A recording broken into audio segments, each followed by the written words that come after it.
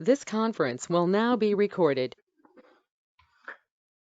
Good morning to everybody. Thank you for joining us on this discussion today with Neil Walsh from COVID-19 to Cyber Affair, Countering Cybercrime, Protecting Your Business and Business Economy Prosperity, Building Economy Prosperity with Visionary Day remotely from Vienna and Lugano in Ticino.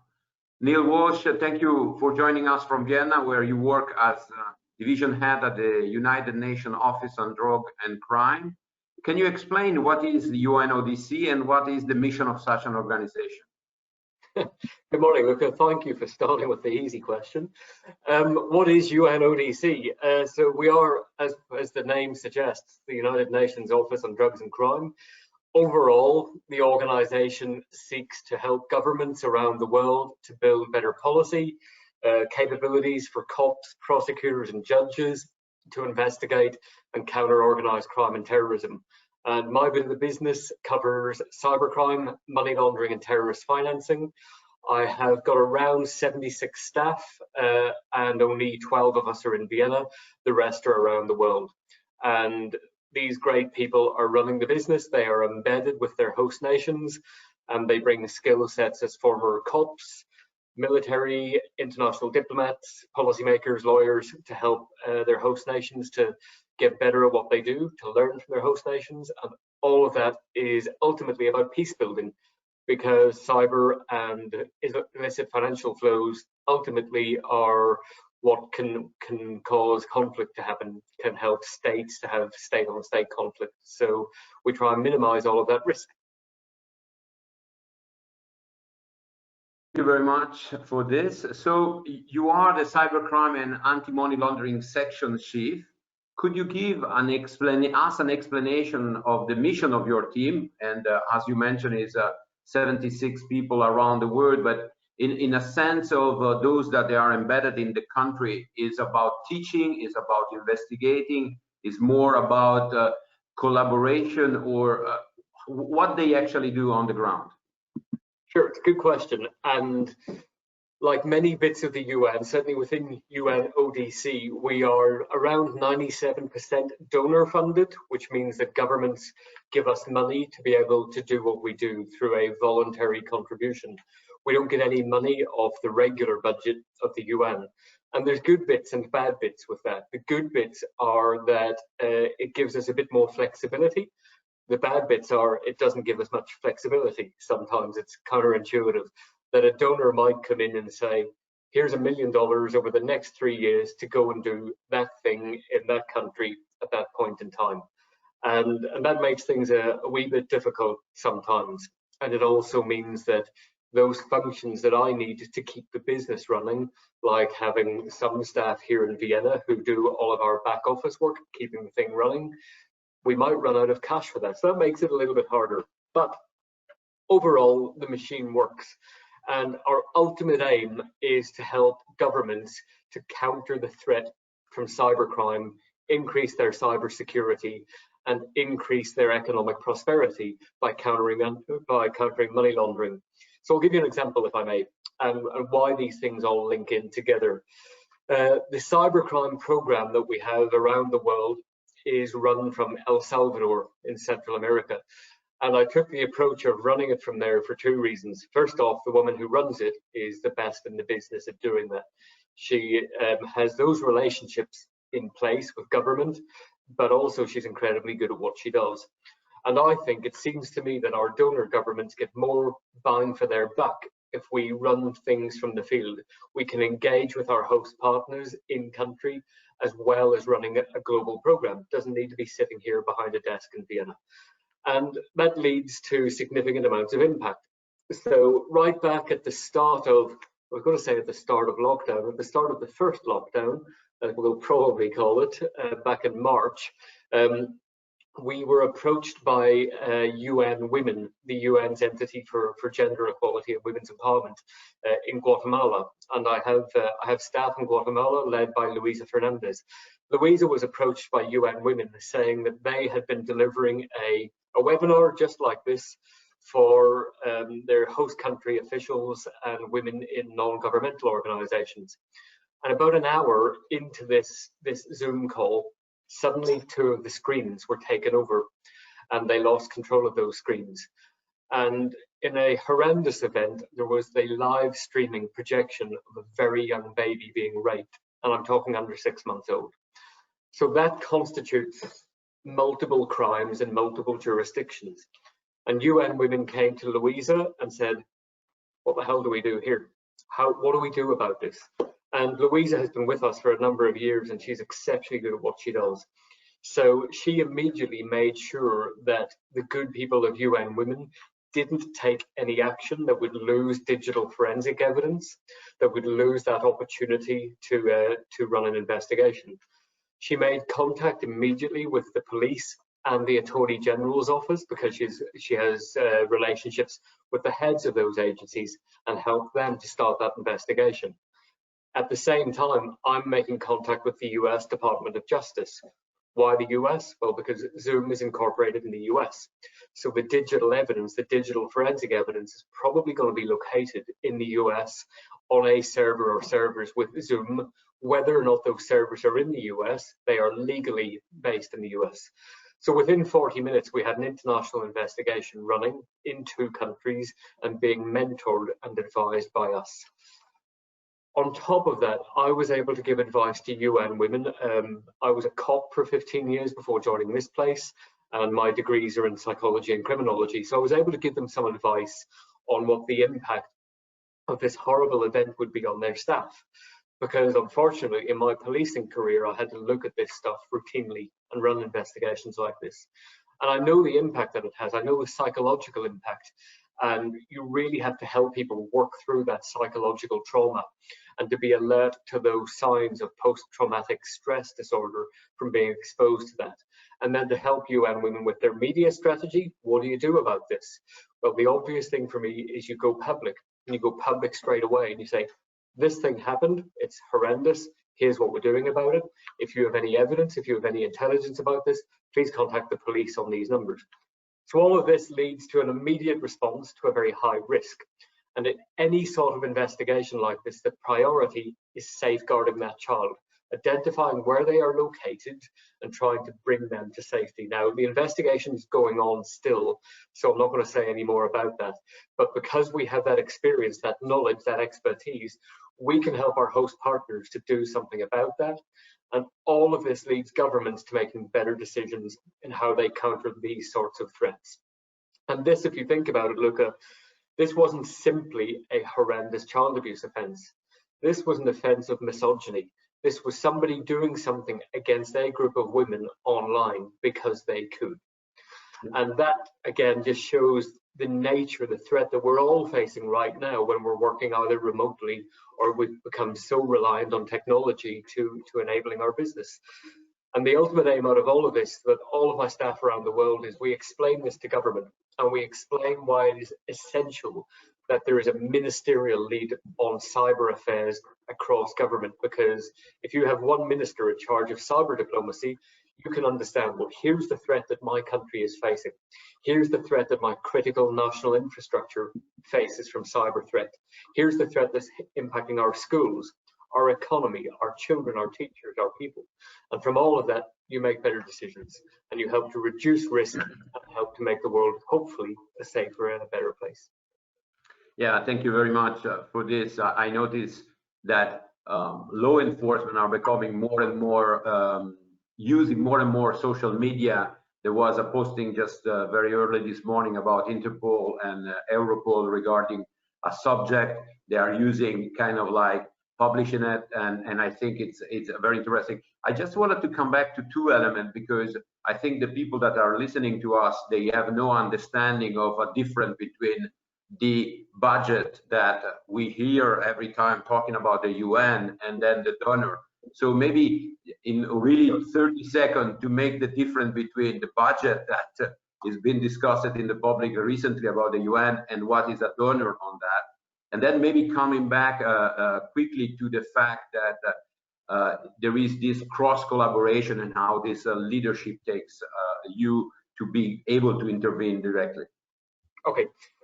So something has gone horribly wrong in your day if you're asking me about budget. I mean, there's there is no one worse to talk about numbers. That's why I have brilliant people around me. I didn't say number, I just say you explain the difference between budget and donors.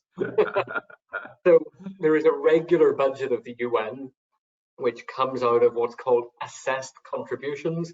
And that's what states are supposed to give in to the UN every year. And they agree this together at the General Assembly in New York. Now, the UN is in a really difficult financial position right now. And our financial controller describes it as, we don't have a budget problem, we have a cash problem. Because the budget is agreed every year. The budget is set by member states, it's not set by us. And member states every year agree the budget. But that's like me agreeing the budget for what I want to spend on, I don't know, a suit or coffee or whatever. If I don't have the money to do that, nothing can happen. And because of the way my organization is funded, we only get a tiny amount of that assessed budget. And that's what helps to keep the lights on, to keep some staff in key positions. But all of my staff around the world are 100% funded by donors. And that means that I have to go to governments, they have to go to governments, and basically sell what we do and explain what we do and explain how, if you are a donor government and you have overseas development aid funding to invest, why do you want to give it to me and not to that person over there or that organization? So everything we do is about having a niche capability. We have to do stuff that nobody else can. We're not working in competition with anyone. And I always remember when I joined the UN back in 2016, someone said to me, we're in competition with Interpol. And that is possibly one of the stupidest things I've ever heard. We are not. We are partners, we work together. Interpol is a policing organization. They support police investigations and intelligence gathering around the world. That's not our job. We help to mentor investigative capability, and ultimately we do the preventive diplomacy side. That's my job, is to help states speak to each other and try and reduce threat. All of that needs money, and I think, I hope that COVID has made us realize that there are better ways, cheaper ways of doing some bits of our business. We don't constantly need to be flying around the world. In fact, if I look at the team in Central America, they have increased what they're able to do because they've been doing it online. Now, that doesn't mean it's perfect, okay? We don't make relationships easily online. It's hard to assess someone's body language. You know, we've got, from the people who are on the call now, I know that some of you aren't even listening. I know some of you are doing your emails right now, but that's okay, because I do the same on web calls. But that's the difference, right? When we sit with people, we engage, we can look each other in the eye and build that human relationship. So I think all of that we have to reflect on how we do business, how do we do it quicker and more economically efficient to deliver for the public we serve. Thank you very much. I understand that, and I understand about the relation as well, the difficulty to establish relation, and there is always more difficulty, and we are going toward separation that is always harder and harder. So in the article that we published, in the interview we published yesterday, preparing to this interview with you, with this chat with you, we spoke about the risk related to the cyber world, human trafficking and terrorism. You mentioned it before about child abuse and more. There was recently, actually not too far from where I live, 4 suspects arrested of terrorism financing using the cyber world, actually the cryptocurrency and so on. Can you tell a little bit us more how difficult it is to deal with those, and how the cryptocurrency have changed this approach to financing criminal in general? Sure. So we have to start with the premise that organized crime and terrorism is principally motivated by finance, by making profit. I grew up in Northern Ireland, where there was significant terrorism problem throughout the 80s, the 90s, the 2000s. It dipped off a bit and it's coming back again now. And sometimes we hear that terrorism is simply ideological, it is politically motivated. Most of all, it's funded, okay? It's making money. Terrorists are making profit the way the criminals make profit. If you look at even Daesh in Northern Africa, in Syria, in Iraq, wherever, they are making money out of oil, they're making money out of doing other criminality like human trafficking. was the same in Northern Ireland. The IRA and the loyalist terrorist groups made money from drug trafficking and from fraud and other various offences, very similar to mafia-style offences. So we have to look at that as being profit-orientated. And whenever I worked in policing, which seems ever so long ago now, I remember speaking to terrorists and criminals. Sometimes it would be on an interview, on an investigation. We didn't call it interrogation, it was much more of a conversation. But sometimes it could be a covert conversation where they didn't know I was a cop. And the things that they would always say was, we don't really care about going to jail. It's an occupational hazard. I'll get locked up at some point. I might get shot dead. Something might go wrong. But the thing that really screws them up is taking their money off them. Taking that money, taking that profit away, and then psychologically undermining an organised crime group or a terrorist network. Going public saying, these guys are pretty crap at what they do. We seized $1 million, $2 million, $10 million from them in property, in watches, in jewellery, in cash, in cryptocurrency. And that disrupts them, that disrupts that organised crime, that terrorism, because like any supply chain, you need money to be able to do stuff. And the moment you don't have that, it doesn't work anymore. So that's why following the money is so, so important. And when we take that to the cryptocurrency side, it gets really bloody difficult, okay? It is really difficult. There are, I haven't checked for the past few weeks, but the last time I checked, there was around 2,900 cryptocurrencies in existence. And a cryptocurrency is basically lots of ones and zeros on your mobile phone or on your computer or your tablet. And it is a way of moving finance. It's a way of moving profit. Now, if you think back to hundreds, thousands of years ago, people started moving profit by trading goods. I might give you a cow and you give me something else. Cryptocurrencies are exactly the same. We have agreed that these two things, we could call it the Luca Neal cryptocurrency, and we have agreed between us that we will share value with that. Now, the challenge with cryptocurrencies is cashing that value out, turning it into a fiat currency like a euro or a pound or a dollar or something else. And the acceptance. Cryptocurrencies, I said there's thousands of them, but there's only a few that are really used at scale. Bitcoin is the most popular one, and it's used in many, many transactions online, not just criminal transactions, but in genuine legal transactions as well. But there are other cryptocurrencies that we now call privacy coins, like Ethereum and Monero. And these are incredibly difficult to investigate because they have been built with a very high level of encryption and anonymity built in behind them. And in any criminal investigation, an investigator, an intelligence officer, a prosecutor, a judge wants to link that person to that evidence, to that offense. How do you link me to my iPhone here right now? Can you geolocate it? Can you get call information? Can you get the signal pumping out of my office? Yeah, you can. You can do all of those things. But what if I'm using cryptocurrencies with lots of encryption behind it? It's really difficult to put that to me at a specific point in time. We then take it to a higher policy level of lots of countries haven't brought cryptocurrencies into their legal framework. They haven't made that decision about, is this a currency? Is it a currency in the way that we would recognize it? And that's why an organization called FATF, the Financial Action Task Force, is the global setter for financial policy. And they have issued guidelines on virtual assets, cryptocurrencies, which we have helped them to craft and guide. And all of these things mean that if this isn't in policy, if it isn't in legislation, if cops and prosecutors and judges don't understand this stuff, then they might not go looking for it. If you're a cop and you stop someone at a border and you're used to looking for cash, a big bag of cash being brought through your airport, and you don't see anything, then you mightn't think there's anything there. What if I put $20 million of Bitcoin in that phone? Would you even know how to look for it? Do you have the legislation that allows you to take that device, have it unlocked and look for it? You may not. So there's some real challenges in that for us to find that evidence and bring an investigation forward in a way that's proportionate, legal, accountable and necessary. Yeah, so we're gonna talk. We have spoken.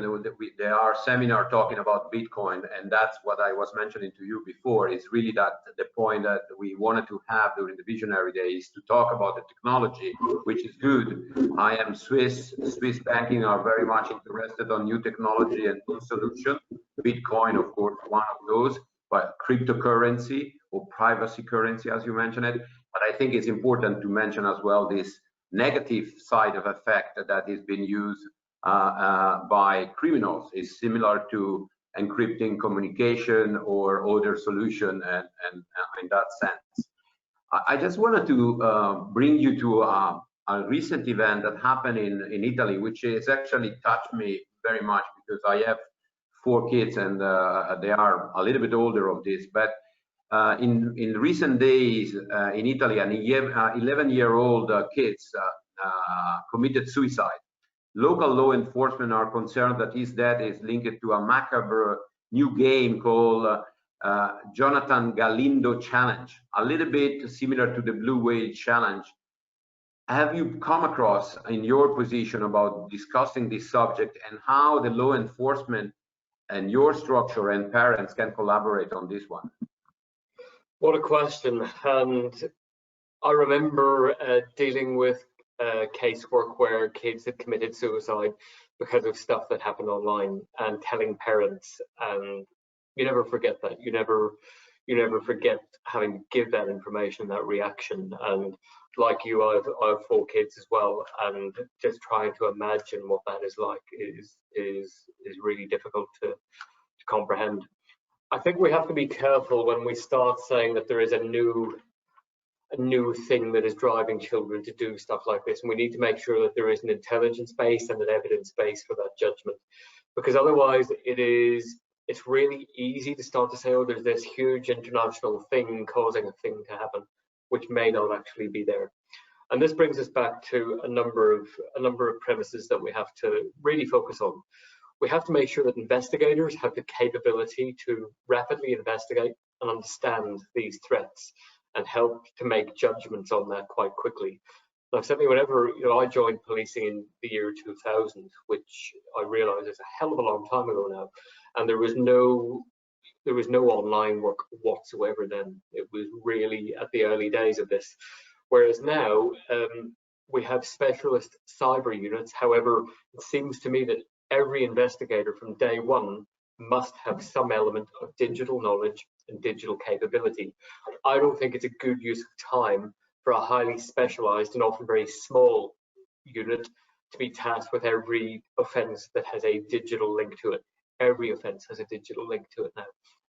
So we need to focus that resource. We need to be able to focus that and triage that highly skilled resources and make our decisions around that.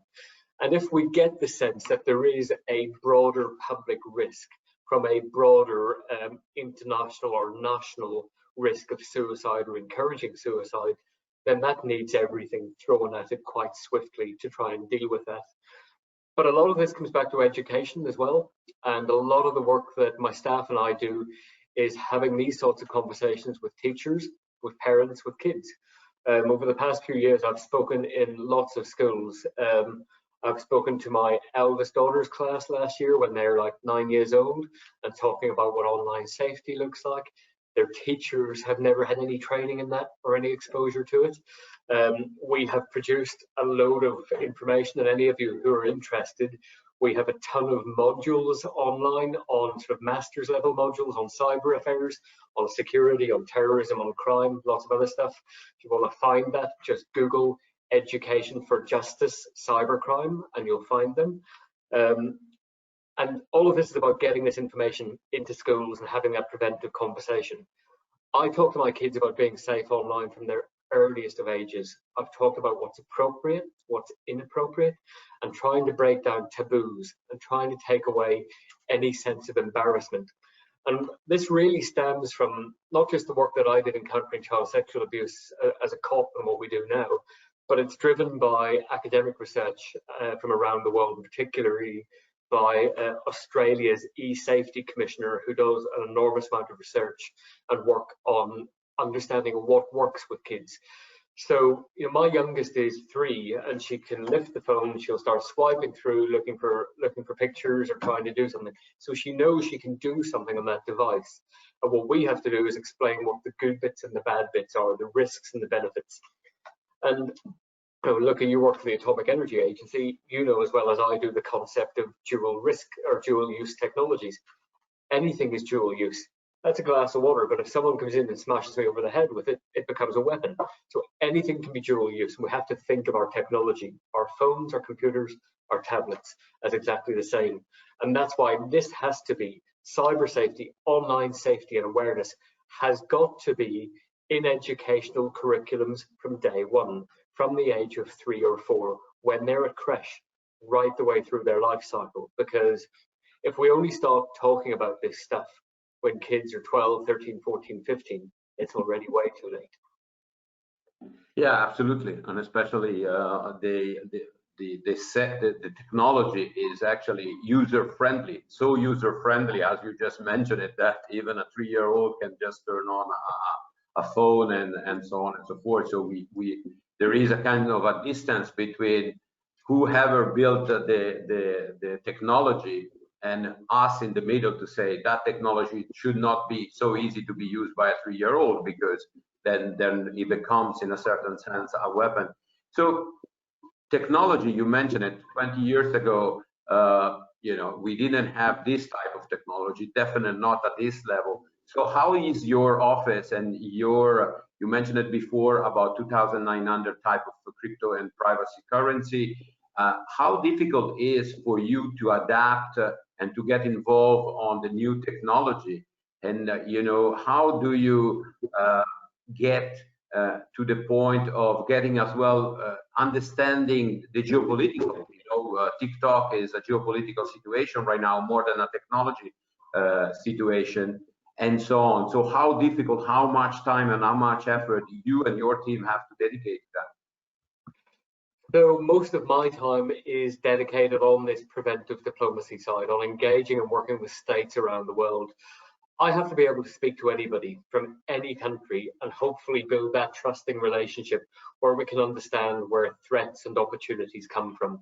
And ultimately at the UN, we're about building peace. We're trying to prevent conflict and warfare. Remembering this organization was born out of the Second World War.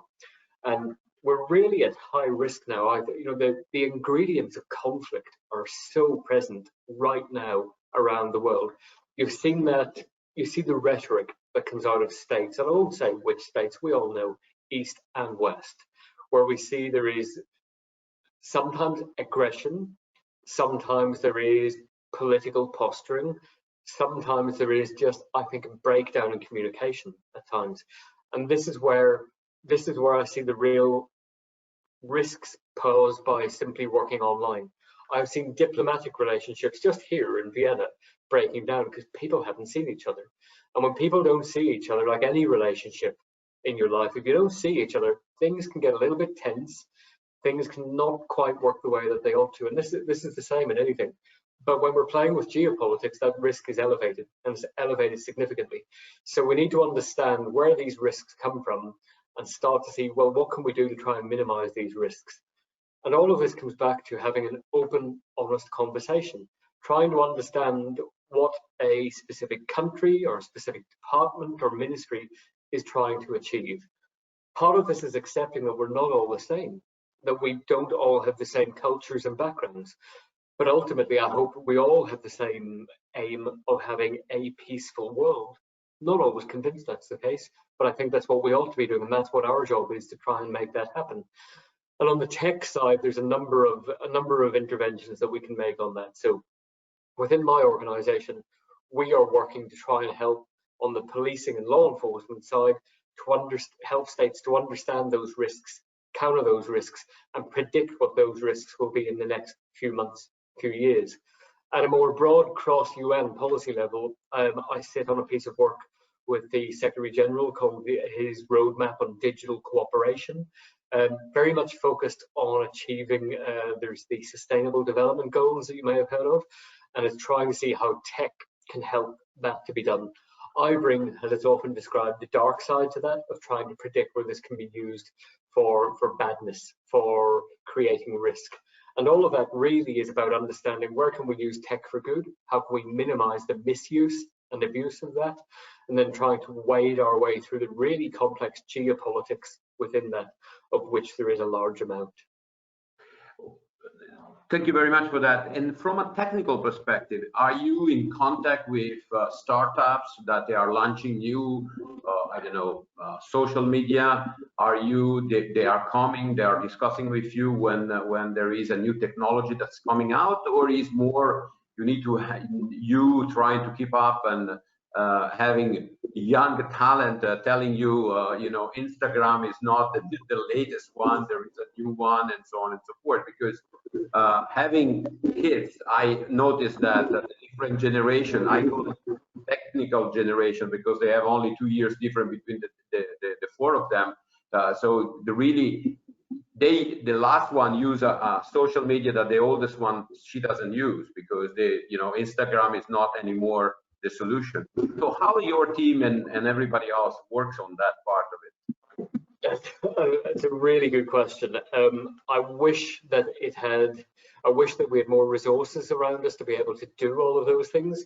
In an ideal world, we would, but we have to rely very heavily on governments and tech companies coming to us and explaining risk.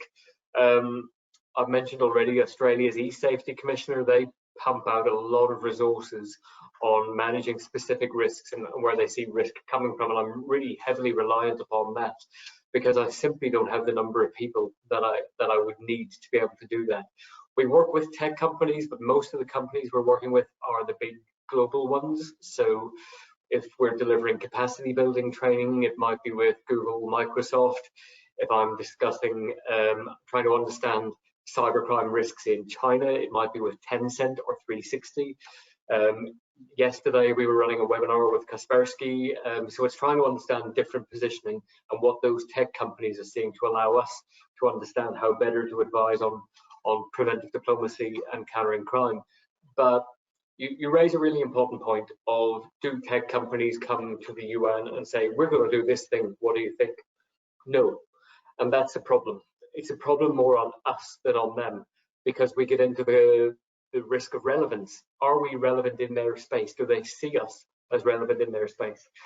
It's changing, but it's not as good as it ought to be. And there's some really important work being driven by Undersecretary General Fabrizio Hochschild in New York. And Fabrizio and his team are driving our engagement with tech companies to try and make things better, to understand where risk is coming from, how they can partner with the UN to help make the world safer, better, to grow prosperity post-COVID, and from my side to see where that risk will come from. The likelihood of you ever having any sort of legislation or directive where they have to come to us first, it's never going to happen. But what we do need to do is build a culture in tech companies of having safety by design. You don't go out and buy a car and select where the airbags ought to go, or where the seatbelt should be, or what thickness of tire should be on it. Why should I buy a phone and have to then decide what antiviral software there should be? Should there be a virtual private network, a VPN on it? What's the risk of Bluetooth versus 5G versus Wi-Fi? I shouldn't have to think my way through that. And that's on tech companies to do that in a way that makes the devices safe. Well, it's not just about phones. We think of any internet connected device, the Internet of Things, as it's often called, or sometimes more appropriately, the Internet of Threats. How do you build these devices in a way where safety is already there? We shouldn't have devices that are being sold with a generic password that you can find online, which is 0000. Because if I want to hack that and take it over, then it's really easy. So there's lots of stuff that can be done in a way that makes the world a safer, better place, reduces that threat, and makes things harder for the opposition, the criminals, the advanced threat actors, the malicious state actors to misuse and abuse the technology. I remember you were talking about safety first and things like that. Last year, I attended a seminar where these engineers from the automotive was taking the example of Internet of Things in automotive, and he was saying nowadays you buy we are buying equipment. It's like buying a car, and the seller says you have three wheels that they are okay. The fourth one is a smaller one. We're gonna change it, and we're gonna change it when you're gonna go 80 kilometers an hour, and you are on the highway. But don't worry, everything is gonna be okay. You know. And I think you are absolutely right. This element of changing and making that. You were talking about COVID-19, and of course we have been in the COVID-19 lockdown. We have been in this new environment, and everyone talks about the new risk. Joseph Billy Jr., which will talk to us tonight, talks about the new threats. He talks about the fact that the system that we are using at home, they are not secure, and this is a little bit the greater risk. So we are doing a lot of e-commerce online activity. Did we see new threats, or is just an increase of attacks just because we are working from home? So what I mean, we know that there is an increase of attacks, but are these new, or is just because everybody's working from home? Great question, and it's both. So there was certainly an increase in cyber criminality and cyber attacks, without doubt. There's extensive evidence across the world of that. We have seen new types of criminality and new targets as well. So we have seen dedicated malware, so malicious software and ransomware attacks focused on COVID vaccine development labs, where we have seen criminals trying to make profit from those labs. If we take you hostage, how much are you going to pay to get your data back? That's disgusting. The people that do this are fundamental idiots, because they are preventing the development of something that will save all of our lives. I just can't imagine the level of stupidity that you have to do something like that. But it happens routinely, and yeah, I really, there's sometimes we just think back that these guys and girls doing this must be some of, they've just evolution missed a step there, and they've just come up with, let's make money from the thing or try and counter and stop the thing that's going to save lives. It's just ridiculous. And you can quote me on that, they are idiots. If we look at the broader change in the threat landscape, we have seen significant, we've seen attacks on the UN, we've seen significant increase in cyber attacks on us.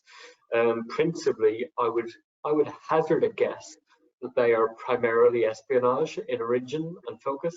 And most of it still comes via phishing. You get the email where it's, and some of them are really easy to see, right? And you think, that's so obvious, but still people click on it, and it's still, I don't get it sometimes, where we seem to have this human frailty. Something pops up on our screens and we can't help but go click, click, even if you weren't expecting it. It's from someone you've never heard of, or it just looks wrong.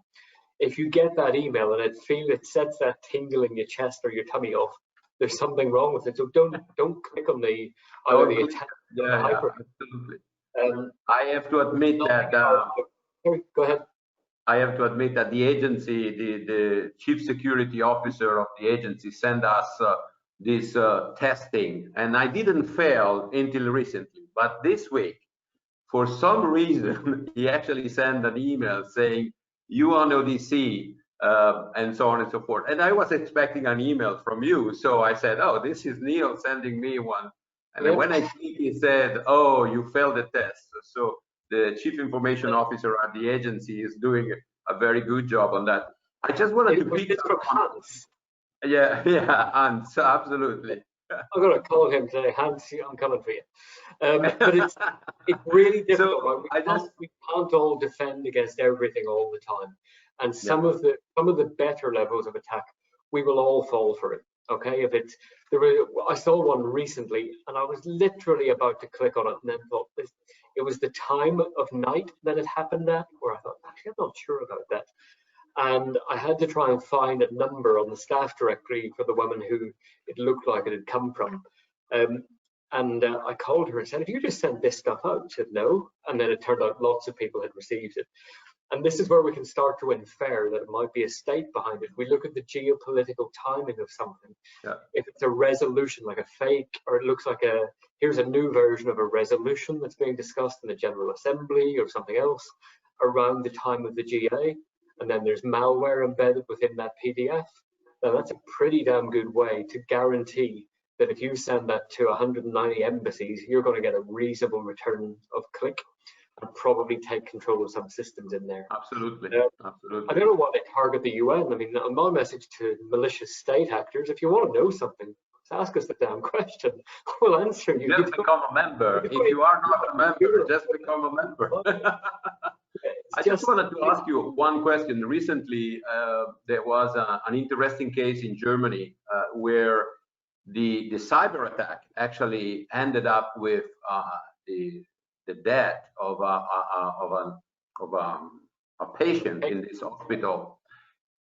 And we think that nowadays the extension of the duty of care of the hospitals can be coming into the cyber world. So what I mean by that is we will see, of course, a legal investigation and a criminal case against the cyber criminal. But on the other hand, we could see a civil case from the family of the victim to say, well, you had the right patch, you didn't have the right cyber defense. Could we imagine the future in that direction?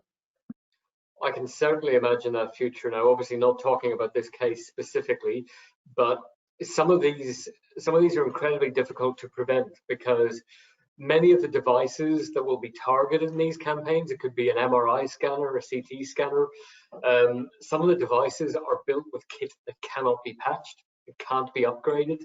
A lot of it is still running systems like Windows XP, where Microsoft doesn't patch anymore. And this is the real challenge, because how do you, if you're a CISO or a CISO for a hospital or a healthcare lab, how do you deal with that threat? I don't know the answer to that, because you can't just say, okay, it's built on software that we can't upgrade anymore. We need to buy the new $10 million scanner.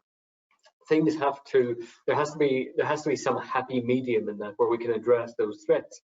So I think these are the sorts of challenges that will continue to evolve, and I think we will certainly see legal challenges. The German case that you mentioned, my understanding is that that's now a murder investigation rather than simply looking at a cyber-based offence. There have been deaths from cyber-related offence. You talked earlier about suicides. That is indirect, okay? That is that indirect real physical link to a cyber-based offence.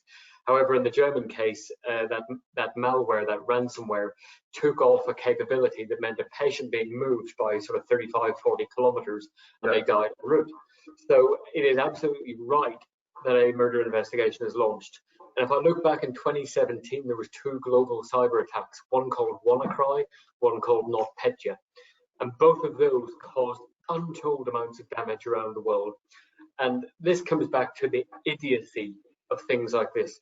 Even if it is state origin or criminal group origin, it is incredibly difficult if you are using an exploit, an unpatched bit of software to coordinate attack, to actually control that and stop it escaping into the wild. And some of the conversations I've had with police around the world was, well, we're designing this cool new malware ourselves as cops to go after the bad guys. I said, well, that's great, good for you. How do you control it? What happens when you and your country send that, target a criminal, you lose control of that, and that ends up attacking the critical national infrastructure of one of your political rivals? Is that warfare? Is that a state attack on another state? And that's when you see the blood draining out of their faces. So just because we can doesn't mean that we should. We have to think through, we have to have better analysis of risk of what we're doing. And it seems to me that often we're focused on a very specific risk. We're focusing on the thing that we know without thinking through the broader consequence of that. Of course, that is a little bit the complexity. We're looking at the technology perspective more than the largest spectrum of what the technology and the user experience and the user inexperience as well comes with that. You mentioned it before, and I just wanted to bring a little bit of the discussion towards Switzerland. You mentioned it before, your relation and your work with the digital cooperation on the roadmap for capacity building that Secretary General Gutierrez just established. And at the high-level panel, we, as Switzerland, we have Doris Leuter, the former head of the former president of Switzerland and former head of the Federal Department on Energy and Communication. How is this an advantage for Switzerland in having somebody of that level in that particular high-level panel, and how this can trickle down to something that we can observe in Switzerland in the near future? So the key aim of things like this high-level panel on digital cooperation was to help have a broader, more multi-stakeholder approach to countering these threats. The solution, and this I'm going to say just to cover ourselves here, this is my view and not the organization's view. My view is that the solution to cyber-based risk is not simply governmental. You can't address cyber-based threat simply by government. You have to have tech companies in the room.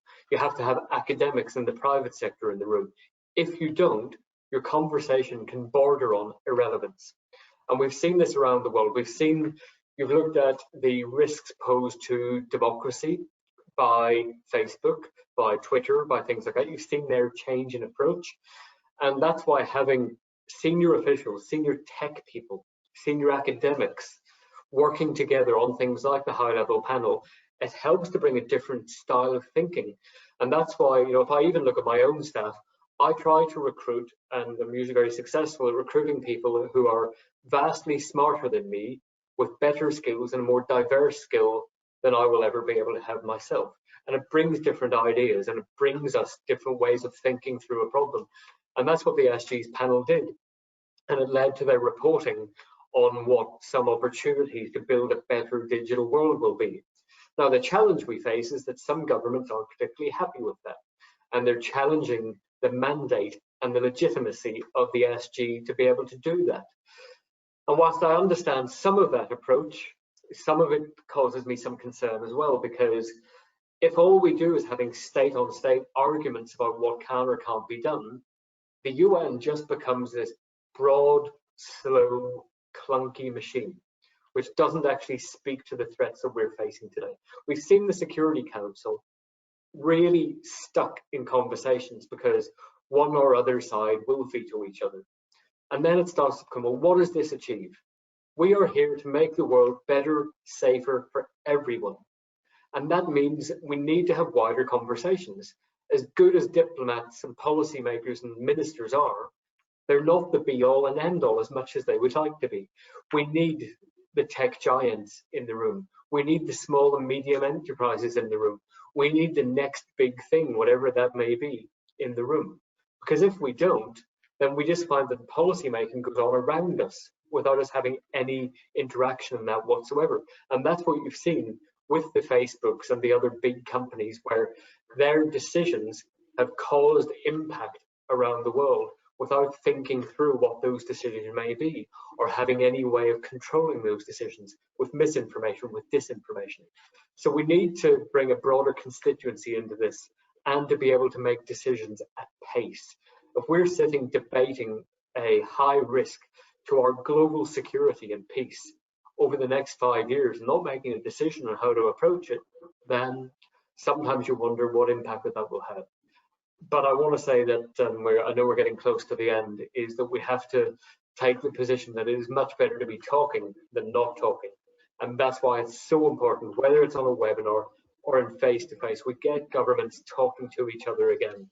Because ultimately it's the job of government to keep their people safe, and you keep people safe by discussing together, by understanding different and conflicting views and trying to reduce those areas of risk. That's my job, that's your job, that's all of our jobs.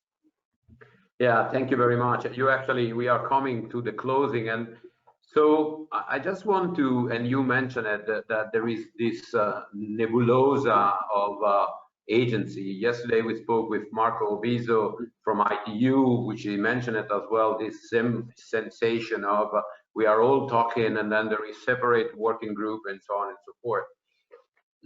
As we come to a close, and you mentioned it, 5 years, so we are going to talk for 5 years.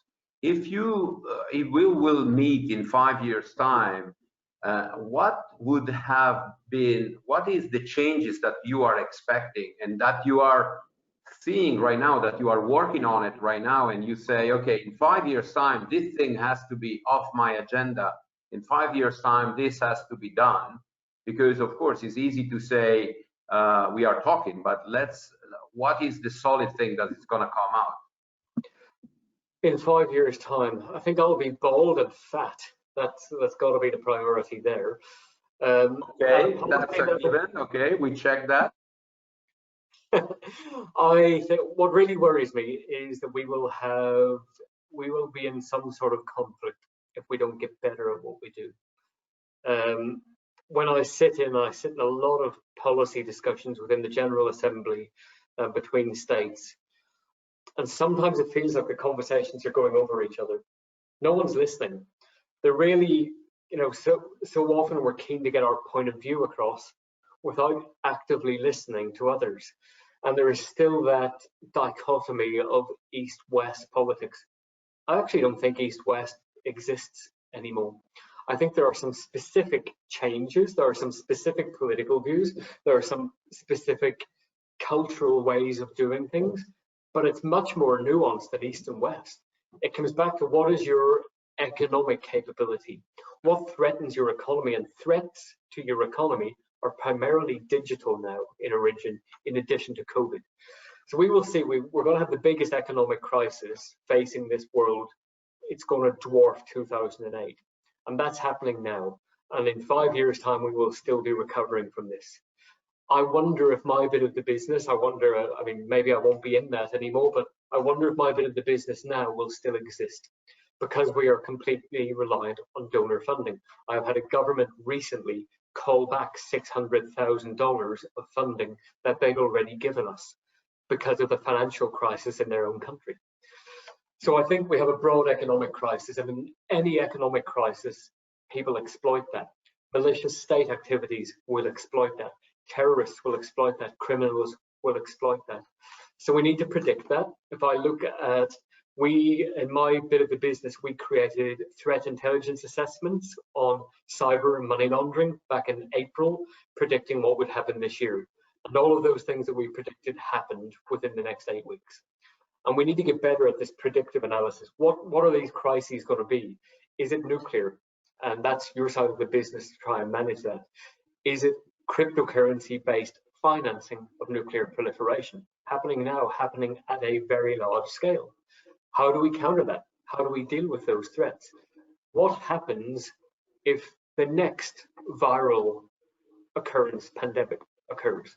How do we deal with all of these threats? We've done the lockdowns. We've seen the necessary, you could almost argue, economic damage that has caused. But it can't be the answer all the time because we will literally run out of cash around the world. People will lose jobs, their livelihoods, massive impact. So in 5 years' time, if I was able to accurately predict this, I don't think I would be in this job anymore. I would be earning an enormous amount of money in the private sector. But I think we close to it. I think we have to be able to, the key thing is, even if we can't predict exactly where we'll be, we have to be able to move and adjust at pace. The UN is far too slow at responding to change. And we keep hearing from member states they want us to move faster, but then they put so many things in our way to stop us moving faster. I can't make those decisions because member states tell us what we can and we can't do. So the onus is on them, on our elected officials, on their diplomatic representatives to actually create the opportunity for us to move faster and to make sure that we prevent a global conflict, a regional conflict spilling into the global domain. And the risk of that, seems to me, is exceptionally high. Thank you very much. As we're coming to the close, we have one question to start with. The question goes, you underlined the relevant role of profit making in motivation as opposed to supporting terrorism. Does this apply to all kinds of terrorism, right, left wing, as well as the Islamists? And what do you make of prevention of violent extremist strategy, the PVE? They sufficiently take this aspect into account. All right, thank you for the question, Ciara. I'm going to speak to the first one, but I won't answer the PVE one because it's not my expertise. And unlike some people that you'll come across, I don't speak about stuff that I don't know about. So it's not, I wouldn't try to guess my way through that. It would be wrong. But in the first aspect, does profit making apply to terrorism, right, left, and Islamist? Yes. Terrorists are criminals as well, and I think sometimes we think that terrorism is different from crime. The impact might be different. Many argue that actually the impact of organized crime across the years is vastly higher than terrorism. If you look at the amount of deaths caused by drug abuse, drug trafficking, weapons trafficking, broader organized crime, in many ways the deaths are vastly higher. But all of this is driven by profit. Even if it is not for making an enormous amount of profit, you do need that money to be able to do a thing. If you're a terrorist and you need to, I don't know, you want to buy weapons, you need to buy them. You need money to be able to do that. But I have yet to come across a terrorist group who wasn't making a substantial amount of money somewhere from what they were doing, be it in Northern Ireland, be it in the Middle East, North Africa, be it elsewhere, because they're fundamentally greedy individuals who like to make money for themselves. They will like to cause harm for other people, and if they can make a few bucks along the way, or thousands, they'll be happy to do it.